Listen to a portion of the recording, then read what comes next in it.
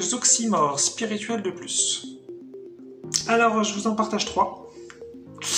On va commencer par le miracle négatif.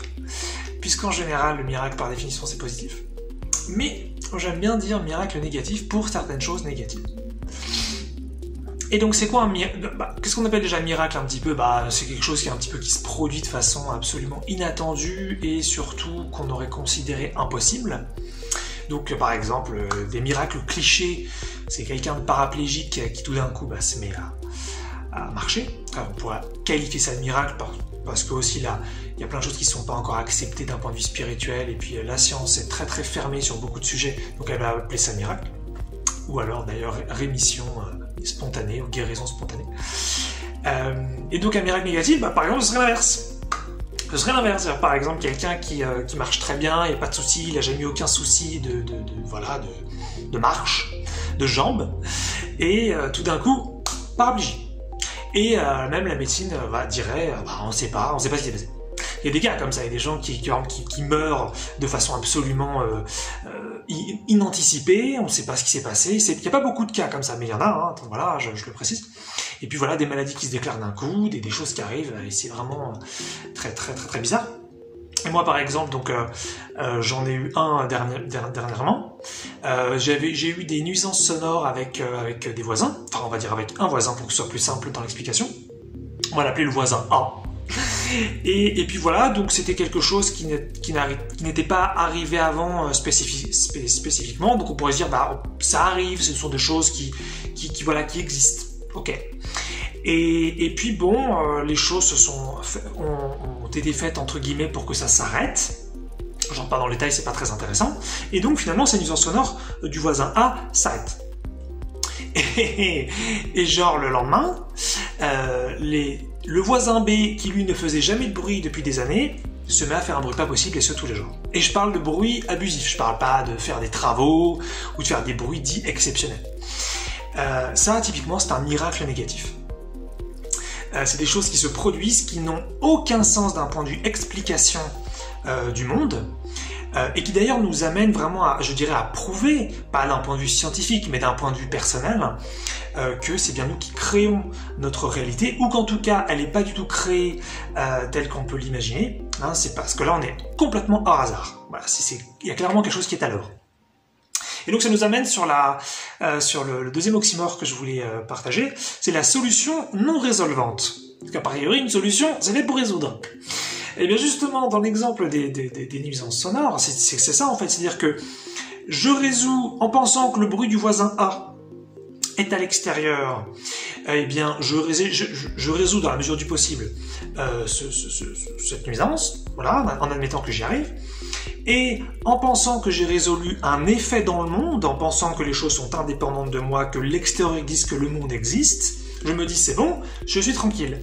Et pour autant, cette énergie se déplace et va chez le voisin B.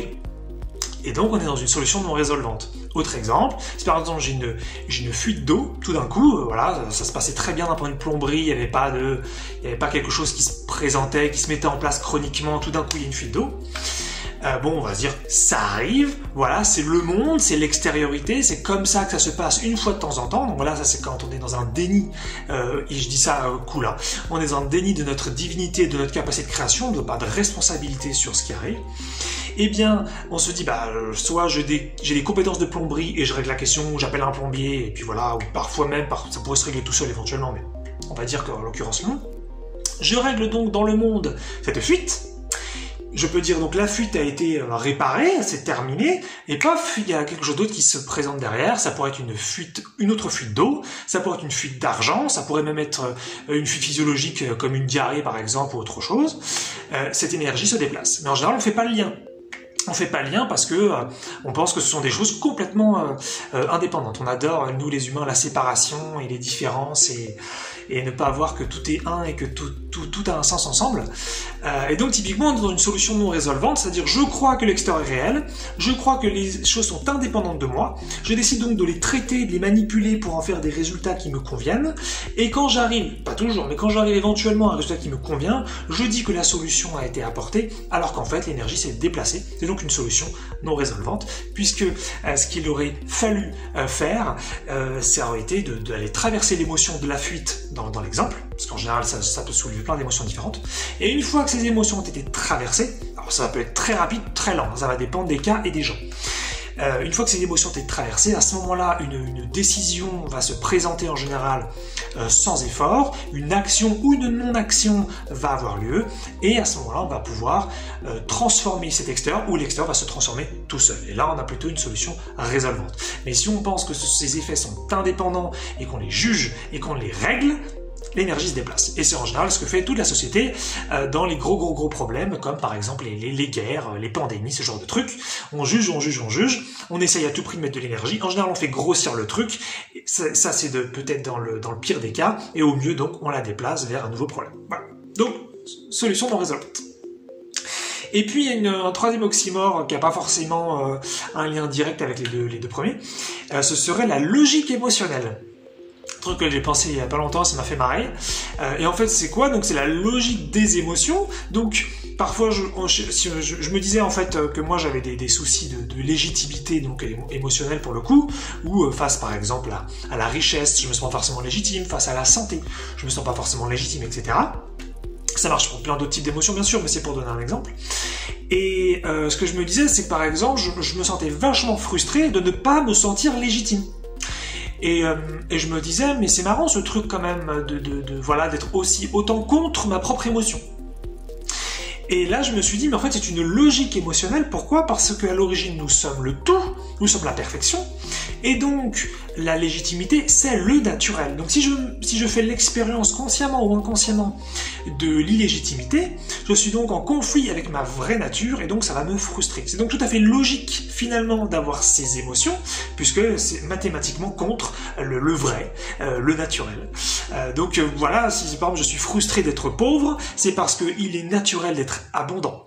Parce que si notre nature c'était la pauvreté par exemple, à ce moment-là, la pauvreté, ce serait hyper fluide, hyper tranquille, il n'y aurait pas de souci avec. Mais si ça nous énerve, ça nous attriste, ça nous rend honteux, on va tous réagir différemment, ça nous fait peur, par exemple, eh bien c'est parce que c'est en contradiction avec notre vraie nature, et donc ça génère une émotion logique, une émotion mathématique, une émotion attendue, et donc ça va dépendre, mais voilà, c'est l'idée. Donc voilà, un petit partage sur quelques oxymores. J'en ai d'autres en stock, mais je me suis dit que j'allais faire une vidéo un peu plus courte. 3, c'est très bien. Donc miracle négatif, solution non résolvante et logique émotionnelle.